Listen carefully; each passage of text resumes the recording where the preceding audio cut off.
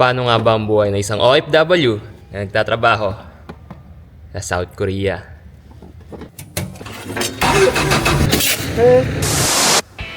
Kamusta kayo? Hayaan niyo muna ako magpakilala.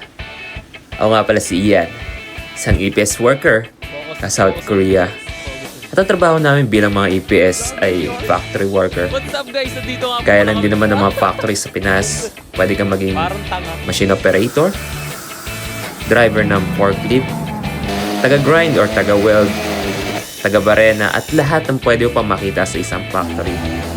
Ang hindi mo lang pwedeng gawin dito ay maging tagapagmana ng kumpanya. Walang ganon. Bakit nga ba sa South Korea ako pinili magtrabaho? Kasi, way back nasa Pinas pa ako, may mga nakakausap akong mga ex-core o mga galing sa South Korea na marami daw libreng accommodations, libreng pabahay, libreng pagkain umaga, at meron din kapag may OT sa gabi. At may bonus tuwing long holiday na katumbas ay 1 buwan na sahod. Sarap, di ba?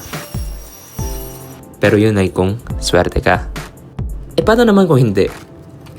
Maninirahan ka lamang sa container van na may bayad, na may 2 kilometers ang layo sa CR, walang libreng pagkain, walang OT, pahirapan pa magpaalam magbakasyon. Masungit ang amo, at toxic ang mga katrabaho mo. At higit sa lahat, walang bonus. Kaya kung isa kang EPS aspirant, ito ang katotohanan na marami sa kababayan natin ang nakakaranas.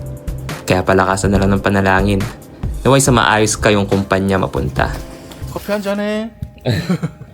At kung mag-e-exam ka pa lang, naway makapasa ka sa exam, sa skill test, sa Ishihara, sa medical, at sa lahat. Huwag lang sa drug test ha. Tsaka, kita-kits sa South Korea.